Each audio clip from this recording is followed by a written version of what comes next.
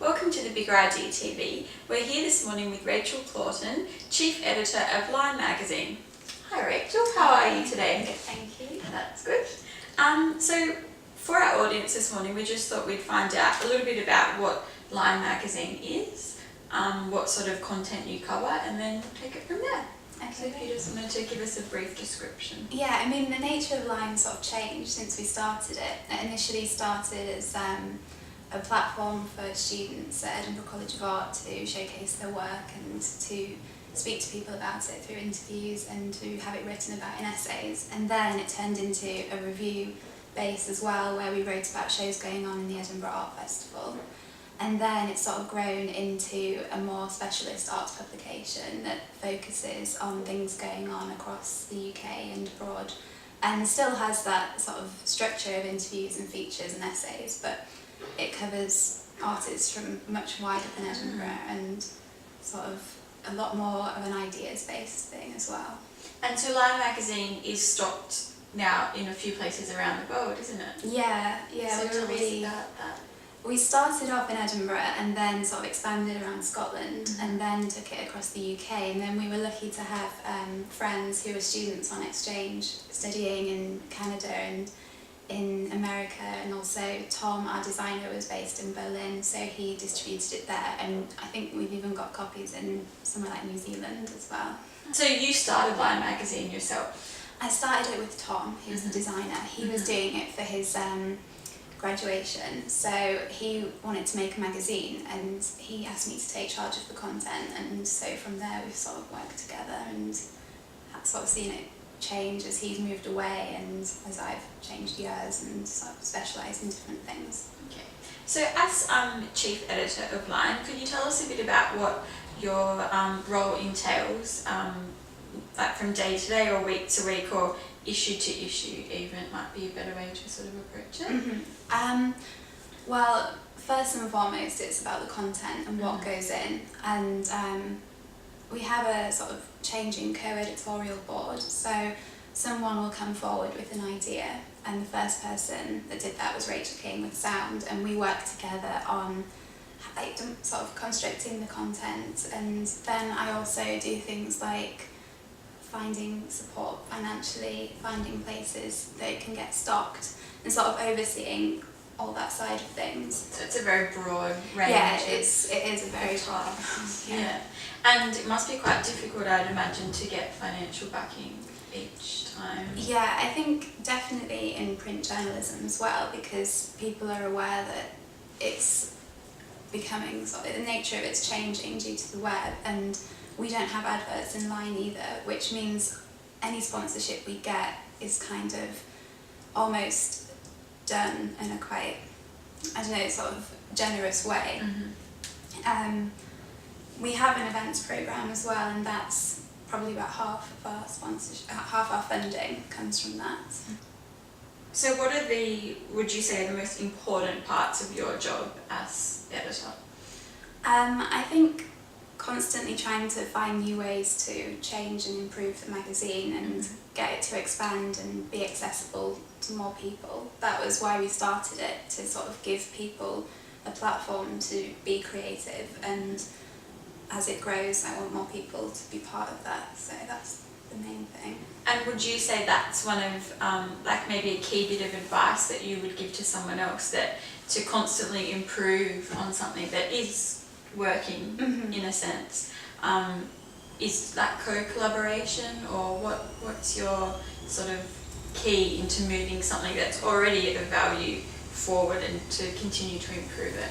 I think it's really important to have a vision when you start something, but it's also really important to let it evolve quite naturally and to take on board criticism from other people and to bring in other people's ideas. And it doesn't really matter so much. There's been so many times when we've kind of done things wrong and things have happened, but even then, you know, it's a cliche, but we've totally learned from it. And so yeah, I think it's good to know what you're doing, but it's also kind of good to let things happen which you didn't expect and let it go from there. Yeah, it's a great bit of advice.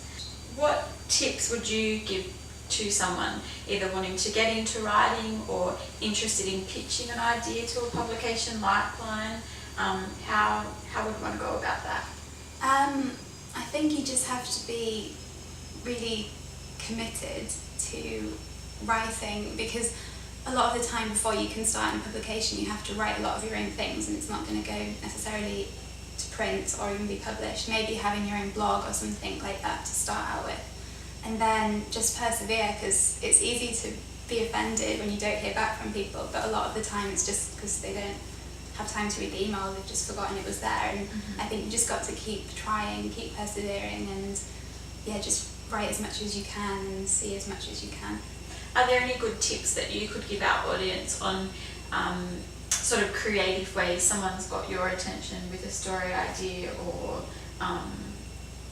just in general something that would grab your attention as an editor if someone was trying to contact you with a piece? I mean, obviously when people have gone to a lot of effort to pitch something, for example, I've had really elaborate PDFs before of people's work, and it's really well presented and you can tell someone is committed, and the writing obviously has to be good, but also that level of dedication. You want to get that person involved because you know they're going to be a really great part of the team.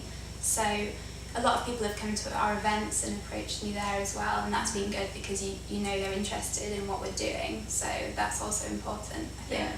So there's a few key things there, which one would be networking, so sort of coming in, introducing themselves to you, whether that's in the office or at one of your events, and then going that extra mile, and rather than just typing up a Word doc with a story idea, sort of putting it together as a package or a presentation.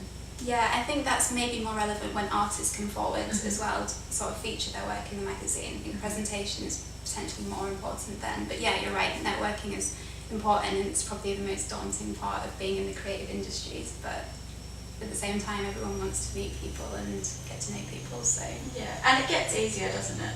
Networking, the first few times can be quite scary, but the more you do it, the easier it gets. What 3 characteristics do you think are essential for someone that wants to get into publishing, writing, for them to possess? 3 characteristics. I think you have to be quite personable, because a lot of the time if you want to get a story you have to, approach the person in the right way, speak to them properly, and be quite charismatic as well. I think it's good to be original as well in what you do and what you say, and try and look for an unusual angle in how you go about that. And thirdly, probably persistence is really important. Courage, to be someone that perseveres, and I think it's good to know what you want and to just go for it. Have there been times in your experience, either outline or while you've been studying, where you've wanted to give up and you've somehow managed to find a little bit of hope, or can you talk us through something like that? Yeah, I think there's been times when I've taken on too much, because when you're enthusiastic about something it's easy just to not want to miss any opportunity that you have, and then you spread yourself too thinly and you kind of don't do anything to your sort of best. So maybe this summer there was a time when we had so much on and it was a struggle, but it's only a temporary thing, and when you love what you do it's easy to sort of remember that and a way out, and also to delegate things to your team, because at Line everyone's really committed to it and happy to help, and it's just doing that is important as well. And Rachel, what's been your biggest achievement to date, or something with Line that you've been most proud of? Or I think maybe Line where it is now is sort of the biggest achievement, because it's changed so much, and when I think back to how it started, the amount of people that have joined and how much it's evolved, I couldn't have envisaged that, so I think that's probably my biggest So do you mean in terms of that it's stocked around the world now, or that you've got collaborators and contributors all over?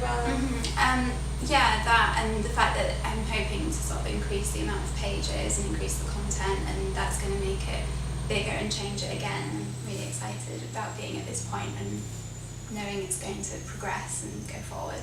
Okay, excellent.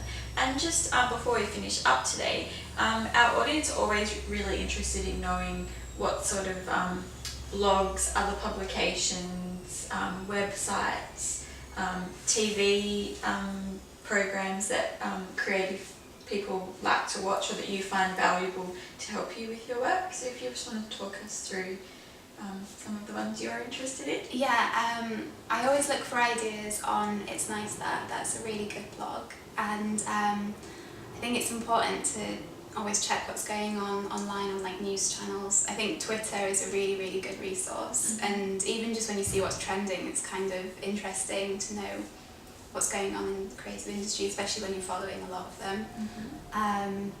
And yeah, I think reading as many art journals as you can. There's so many, it's hard to keep track of them all, but yeah, I think going to sort of libraries, art libraries and things, you can get quite a good range and look over them and see what's going on from there.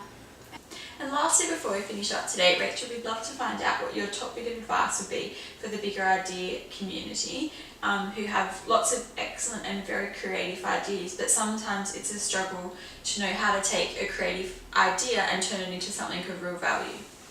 I think using the internet is such a good resource to start with. Getting your work online, making your own blog, sort of then getting followers and sort of creating a buzz around it like that is a really good place to start. And yeah, I think you should do things yourself as much as you can and push your own ideas rather than relying on other people. And so in terms of using the internet as the number one tool, is that like you could create a blog to turn something like to get it out there, or? It depends what your work is, but I think most works in some way you can format for online, and then you've got a huge audience at your fingertips. So and then I guess and things go viral from there as well. People share them on Twitter, and before you know it, you could have 800 views on something. So yeah, that's a great bit of advice. All right, well, thank you so much for your time today, and thank you for watching.